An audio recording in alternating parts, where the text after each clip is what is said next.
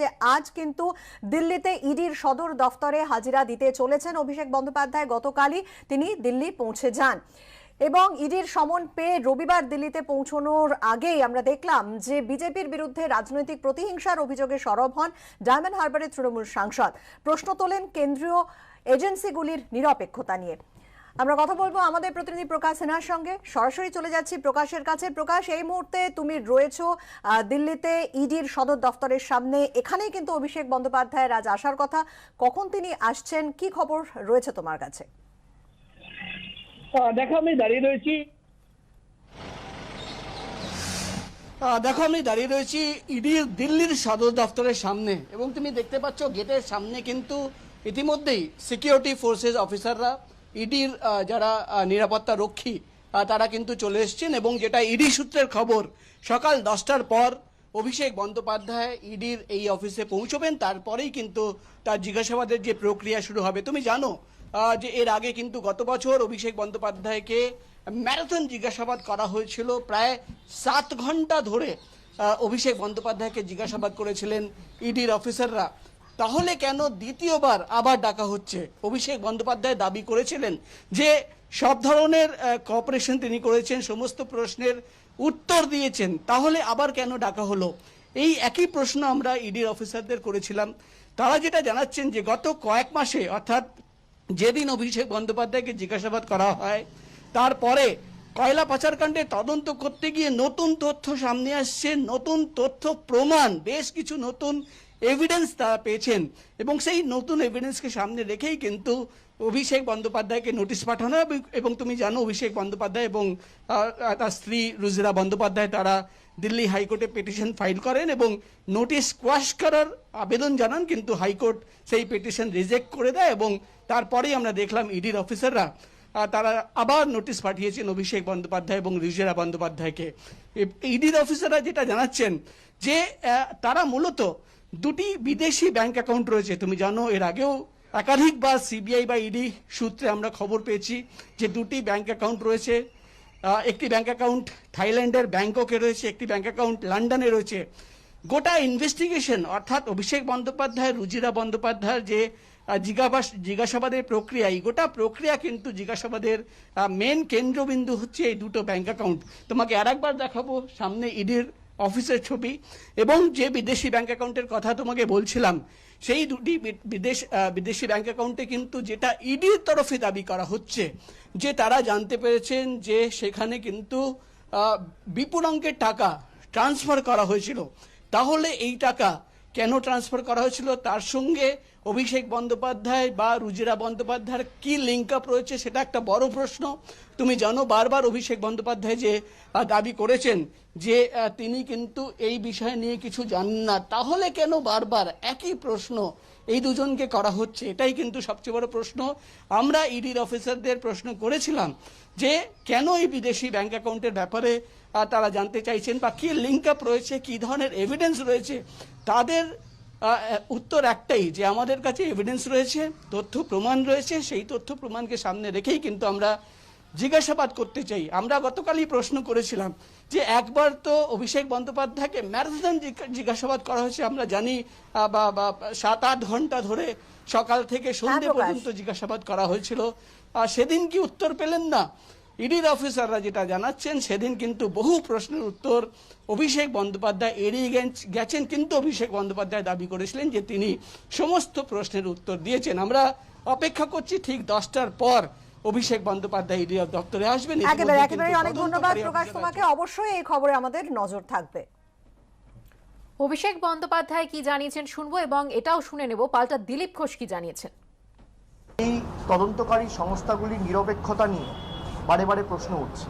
যারা ক্ষমতায় রয়েছে এবং তদন্তকারী সংস্থাকে নিজেদের রাজনৈতিক স্বার্থ চরিতার্থ করতে ব্যবহার করছে এবং ভাবছে যাদেরকে ইডি সিবিআই ভয় দেখিয়ে একঘরে করে রেখেছে, তারা আর অভিষেক বন্দ্যোপাধ্যায় এক নয়। আমরা রক্ত দিতে রাজি আছি, জীবন দিতে রাজি আছি, কিন্তু মাথা নত করব না। মাথা উঁচু করেই জেলে যান, সেটাও দেখতে চাই লোকে। যাদের আপাতমস্তক দুর্নীতির কালি লেগে আছে, কোনো বাকি নেই। গরু পাচার, কয়লা পাচার, বালি পাচার, পাথর পাচার, আরও কি জানি না আমি, সব কিছুতে যাদের নাম জড়িয়ে গেছে সেই সব লোকেদের বড় বড় কথা সাজে না। ঠিক আছে, ডেকেছে, গিয়ে নির্দোষ প্রমাণিত হয়ে আসুন। পরের খবরে আসবো। আগামী 12ই এপ্রিল আপনারা জানেন উপনির্বাচন রয়েছে।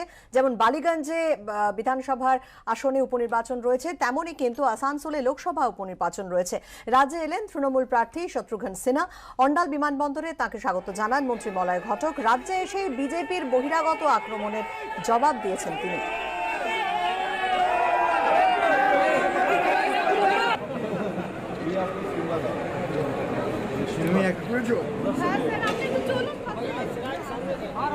আসানসোলের তৃণমূল কংগ্রেস প্রার্থী শত্রুঘ্ন সিনহা কিছুক্ষণ আগেই কিন্তু এসে পৌঁছেছেন তিনি আসানসোল।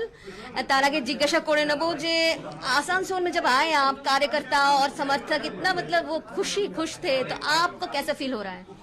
बहुत उनका उत्साह देख के, उनका आसनसोल की जनता का प्यार देख के, बंगाल में जो आज अद्भुत वातावरण देख रहा हूँ ममता जी के समर्थन में, और ममता जी के साथ साथ उनके नेतृत्व के साथ साथ मेरे समर्थन में जो दिखाई पड़ रहा है वो वाकई बहुत ही काबिले तारीफ है, बेमिसाल है। बीजेपी तो कह रही है कि आपने कब ज्वाइन किया तृणमूल, ये पता ही नहीं चला। क्योंकि उनको पता चलेगा, जिसी तरह कब ज्वाइन किया तृणमूल नहीं पता चला, उसी तरह कब जब जनता जनार्दन के आशीर्वाद से, बंगाल और बंगाल के लोगों के प्यार से, और जिस तरह आसनसोल की जनता के समर्थन से, जिस तरह से आज हिस्टोरिकल और हिस्टेरिकल मूवमेंट दिखाई पड़ रहा, उसी तरह से हम हिस्ट्री क्रिएट करके निकल जाएंगे और उनको पहले पता ही नहीं चलेगा। वो सोचते रह जाएंगे, वो देखते रह जाएंगे और हो जाएगा। আপনি বলছেন খুব বাংলার খুব কালচারে আপনি খুব কাছাকাছি, হ্যাঁ বাংলা আপনি জানেন, সবকিছু জানেন, কিন্তু আপনাকে তো বলছে টুরিস্ট, আপনি নৌকা বিহার करने आए हैं ऐसा बोल रहे हैं बीजेपी। अच्छा, तो नौका विहार तो ज्यादातर माननीय प्रधानमंत्री करते हैं। वो तो जाके वाराणसी में बोट राइड करते रहते हैं। पहले हमें अगर कह रहे हैं कि हम बाहर से आए चुनाव लड़ने यहाँ पे टूरिस्ट, तो मोदी जी क्या कर रहे हैं बनारस में, काशी में? वो काशी क्या उनकी जगह है क्या, गुजरात है क्या? वो लोग यहाँ बंगाल में, अगर ममता जी ने कहा था, बिकॉज ममता जी ने कहा था कि ये लोग इन्वेजन करने आए थे, इन्वेट करने आए थे बंगाल को, तब इन्होंने कहा कि बाहर के लोग जा रहे हैं, इन्वेट करने आ रहे हैं ईस्ट इंडिया कंपनी की तरफ, जिनका कोई लेना देना नहीं था, कोई एजेंडा नहीं था, सिर्फ धन शक्ति और अपने लोगों के साथ मिलकर प्रोपेगेंडा मशीन से इतना हंगामा किया कि अंतोगत्वा ममता जी को बोलना पड़ा खेला होवे, और खेला करके दिखा दिया। धन शक्ति का जवाब ममता बनर्जी जी ने अपनी जन शक्ति से दिखाया, अपने डिटर्मिनेशन कमिटमेंट से दिखाया, और ऐसी जीत हासिल की जो मैं समझता हूँ बेमिसाल है, बेजोड़ है। पूरे दुनिया में किसी लीडर ने ऐसा कमिटमेंट और ऐसा डिटर्मिनेशन के साथ ऐसी जीत हासिल नहीं की होगी जो ममता जी ने की। और आज ममता जी का ही ये समझिए लड़ाई जो है, जो आसनसोल की लड़ाई होगी, वो जो जीत होगी वो मेरी जीत नहीं होगी, वो सबसे बड़ी जीत होगी आसनसोल की जनता का, प्यार का, बंगाल के लोगों का, तृणमूल कांग्रेस के कार्यकर्ताओं का, तृणमूल कांग्रेस की पार्टी का, और हाँ हमारी अपनी ममता बनर्जी जी का, उनकी जीत होगी सबसे मायने, सही मायने में। सिर्फ बीजेपी नहीं, वाम उम्मीदवार भी है, वो लोग बोल रहे हैं कि आप पुलाव हैं, मतलब पुलाव का सुगंध सबको अच्छा लगता है, आएंगे और चले जाएंगे, लेकिन वो सादा चावल है, सादा भात तरह की बोल। देखो लोग अच्छे लोग हैं हमारे, तो कम्युनिस्ट में बहुत सारे फ्रेंड्स हैं। मैं तो सर्वदल प्रिय व्यक्ति हूँ या व्यक्तित्व हूँ। मुझे किसी इंडिविजुअल से तो कोई शिकायत है नहीं, और मैं किसी इंडिविजुअल के खिलाफ या कैंडिडेट के खिलाफ नहीं बोलता हूँ। मैं, आपने देखा होगा पटना में भी जब हमारे मित्र रविशंकर प्रसाद लड़ रहे थे, तो आप लोगों ने बहुत तारीफ की थी कि हाँ मैं पहला आदमी था पूरे देश में जो अपने कैंडिडेट के खिलाफ नहीं बोल रहा था। और उसके पहले भी आपने देखा होगा बहुत अच्छा कलाकार है शेखर सुमन, जब वो लड़े थे हमारे खिलाफ में, तो मैंने उनके खिलाफ भी नहीं बोला था। इसलिए नहीं बोला था हमने कि व्यक्ति मुझमें इम्पोर्टेंट नहीं है, मुद्दे इम्पोर्टेंट है, विचारधारा की लड़ाई होती है, सिद्धांतों की लड़ाई होती है।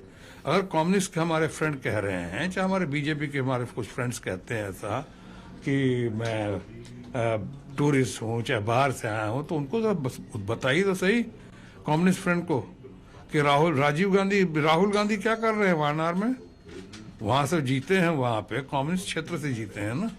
और इंदिरा जी कैसे लड़ी थी हमारे वहां से चिकमंगलूर से, ग्रेट लीडर इंदिरा गांधी। या फॉर दैट मैटर ये अभी राहुल जी का तो बता ही दिया हमने सुषमा स्वराज जी हमारे बीजेपी के दोस्तों से पूछे वो क्यों गई थी चिकमंगलुरु से लड़ने के लिए, बेल्लारी से लड़ने के लिए। और बिहार से जॉर्ज फर्नांडिस जो हैं, कर्नाटका के George Fernandes, late and great George Fernandes, Muzaffarpur से चुनाव जीता उन्होंने, मधुलिम ने जीता, आपके सुचेता कृपलानी ने जीता। तो ये सारे लोग तो जीते बहुत जगह से, और बिहार बंगाल तो एक रहा है। আর এবার দেশের করোনা আপডেট দেখে নেব। দেশে করোনা গ্রাফের ওঠানামা চলছে। এই গত 24 ঘন্টায় মৃত্যু আক্রান্তের সংখ্যা কমেছে। কেন্দ্রীয় স্বাস্থ্য মন্ত্রকের পরিসংখ্যান অনুযায়ী গত 24 ঘন্টায় 1549 জন করোনায় আক্রান্ত হয়েছেন। গতকাল দৈনিক আক্রান্তের সংখ্যা ছিল 1761। দেশে গত 24 ঘন্টায় মৃত্যু হয়েছে 31 জনের। গতকাল দৈনিক মৃত্যুর সংখ্যা ছিল 127। এখনো পর্যন্ত দেশে করোনায় মৃত্যু হয়েছে 5,16,510 জনের। মোট আক্রান্তের সংখ্যা 4,30,09,390।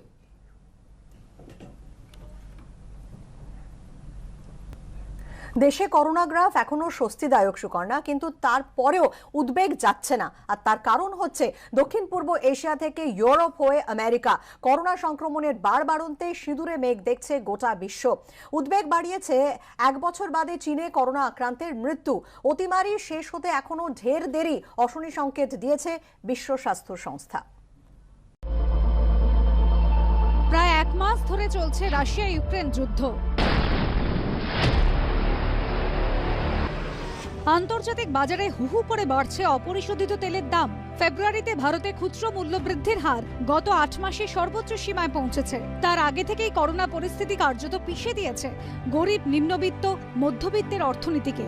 এমন একটা সময়ের মধ্যে কি আবার ভয়ঙ্কর চেহারা আঘাত হানতে চলেছে করোনা ভাইরাস? বিশ্বের নানা প্রান্ত থেকে উঠে আসা তথ্যে প্রতিদিন যেন সেই আশঙ্কাই জোরালো হচ্ছে। অতিমারি শেষ হতে এখনো ঢের দেরি। সম্প্রতি এমনই দাবি করেছে বিশ্ব স্বাস্থ্য সংস্থা। 1 বছর পর চীন থেকে মিলেছে করোনায় মৃত্যুর খবর। চীনের ন্যাশনাল হেলথ কমিশন সূত্রে খবর, জিলিন প্রদেশে 2 করোনা আক্রান্তের মৃত্যু হয়েছে। এর আগে চীনে করোনায় মৃত্যু হয়েছিল 2021 সালের জানুয়ারিতে। কয়েকদিন ধরেই চীনে করোনা সংক্রমণ বাড়ছে।